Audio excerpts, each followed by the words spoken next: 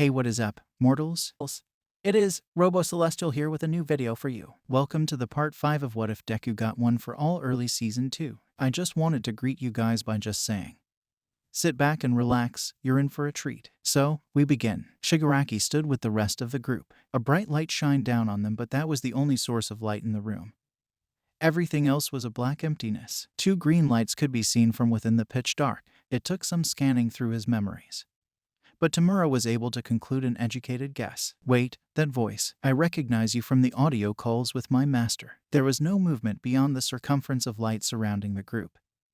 Not even any flow of wind could be felt, however. The slight echo that ran throughout the room made it clear that this room was anything but small, let's just say. From where I'm standing, all I see is a dumb brat that all for one gave too much praise towards. I aimed to fix that error. A click of a button could be heard and the spectacles disappeared into the darkness. What followed was glowing lights in the pods that showed themselves. What was inside was an army of Namu. Aisle by aisle there were pods holding all of them stationary in the liquid. Twice was the first to take a look at all that surrounded the band of villains. Wow, what a sight. All these Namu should be out invading the country. Twice adjusted his personality back to a more controlled state. Who knew there were so many that were in the backlog? Shigaraki started scratching aimlessly at his neck. The situation itself was irritating enough, though the obnoxious rambling of a multi-personality disordered freak wasn't helping either. I demand silence. Twice was shocked but did what was told. Tamura took a breather as the pace at which he was scratching his neck slowered.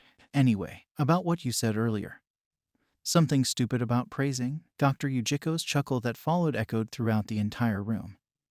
It was unclear where exactly it was emanating from. What I said is exactly what it sounds like. You're not fit to be All for One's successor as a destroyer of pillars. At least, not yet anyway. Now to answer the strange one's question. These are the nomas that All for One entrusted me to complete. Today marked the day I have, and that's also why I summoned you all here. You'll find these to be more adequate than what we sent you during your invasion of UA. The business I want to discuss has to do with our late master.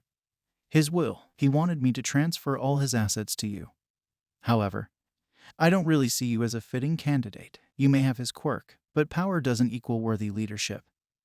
Not with the foundation he's set in stone. Shigaraki began scratching his neck a little faster.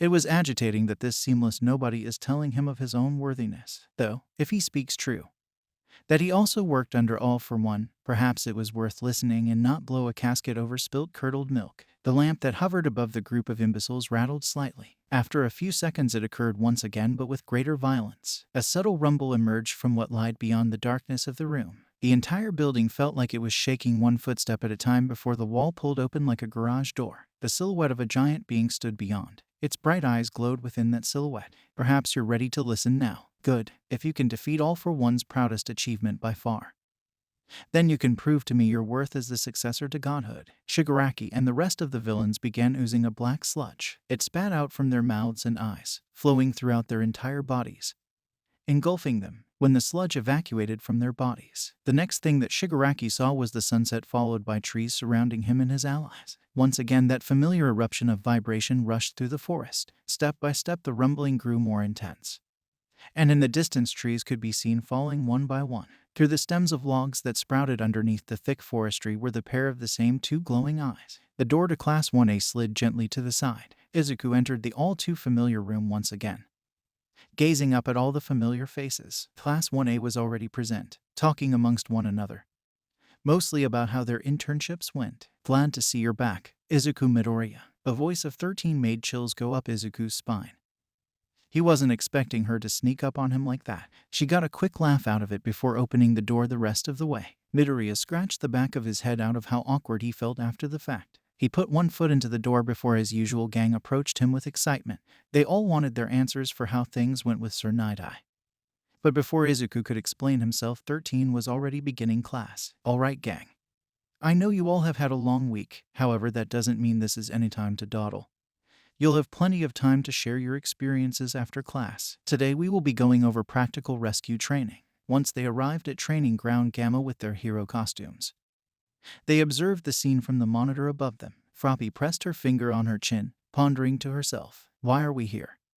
Shouldn't we be in the USJ instead? 13 raised her finger to the sky as if to prepare them for a bold reply. Usually yes, however. We aren't practicing disaster rescue. No. Today we will be having a race to rescue the lost citizen. The first team gets in position. Midoriya, Zero, Ida, Ajiro, and Ishido are the first ones to go. They get in position. The exercise starts and Midoriya starts moving around at 10%. It took a bit for his footing to match with the environment of metal pipes. After a few leaps and bounds, eventually he began angling his feet properly as he raced through the pipelines. Izuku gradually hastened himself. He pushed his limits just barely. He didn't want to further injure himself, but more importantly he wanted to see his growth with his own eyes. In one fell swoop he doubled his percentage and kicked off of a pipe. The air pressure bent everything behind him as he launched through the sky, landing right in the middle where 13 was. His landing caused him to skid across the floor. He managed to slow down by shifting his weight as the friction increased between his feet and the platform. His breathing was intense and his leg was slightly bruised from the blast. His class was astonished by his feat. Nearly an entire section of ground gamma was used as a launch pad for Izuku. What he left behind was destruction for that whole region. 13 and Bakugo, however, didn't share in their astonishment. 13 docked points from Izuku for destroying a portion of the surroundings. It was unclear that he didn't put the architecture of structures in account. This could be considered dangerous for the lost citizen. Say if the building they were trapped in happened to be destroyed at its fundamental roots. Though, she was still impressed with the feat regardless. He did arrive first because of it after all. Bakugo, on the other hand, felt that Izuku was out of reach for him. He had yet to consider just how powerful Izuku was during the USJ incident. Even now, with his injuries, he seems stronger. Some time passes and the end of June arrives. Classes continued and the usual turmoil that follows with education ebbed and flowed throughout each passing day. All right, class. It's about that time for the final exams for the semester. We have a written and practical exam in line for you all to pass in. The class reacted as individuals. And all this did little more than annoy Aizawa. Eventually the class quieted down after he told them to be silent. He explained the exam in full, warning them to study hard. The majority of the class listened attentively, preparing themselves for the exams. The day of the entrance exam arrives. The entire class succeeds with a passing grade. The practical occurred immediately after.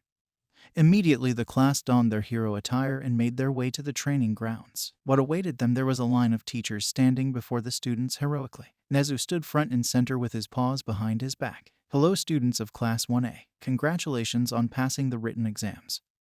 The practical side has been changed due to a decision made by the Hero Society staff team. Due to the surge of rising villain activity throughout the community, we've made the decision to enhance your training experience as much as possible. Therefore, the practical exams you will be facing us, the teachers. Now I already know what you're thinking. How a bunch of first years don't stand a chance against pros. Well, you're right. Hence why we've handicapped ourselves with these cuffs we will be handing to you students. If you are able to escape the area or cuff your teacher villain substitute, you win. Fail to do either and you will lose. We've also equipped ourselves with special bands that weigh us down.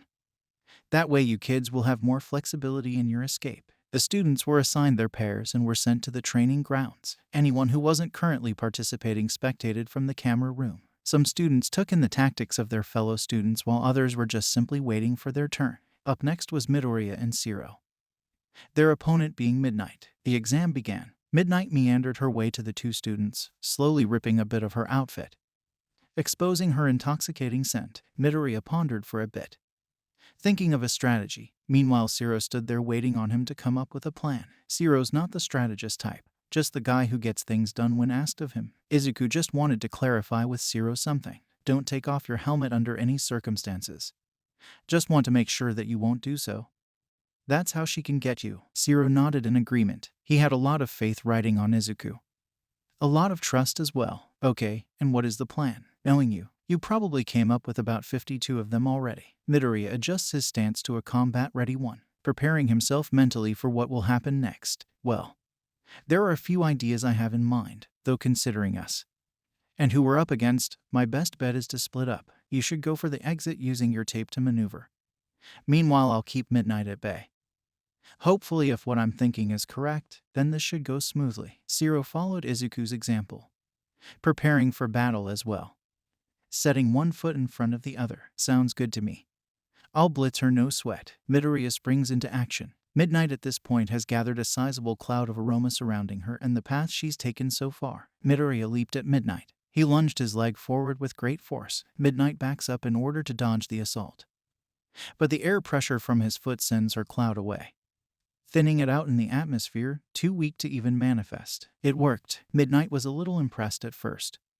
Regardless, she wasted no time to slash at Midoriya with her whip as an attempt to get Midoriya's mask off. However, he caught it, and it wrapped around his fist. He pulled on the whip, nudging Midnight towards him with great force. Midnight unarmed the whip and flew over Izuku. She landed behind Izuku in a kneeled-down position. He turned around with a punch aimed towards her. Midnight was more cunning than she let on.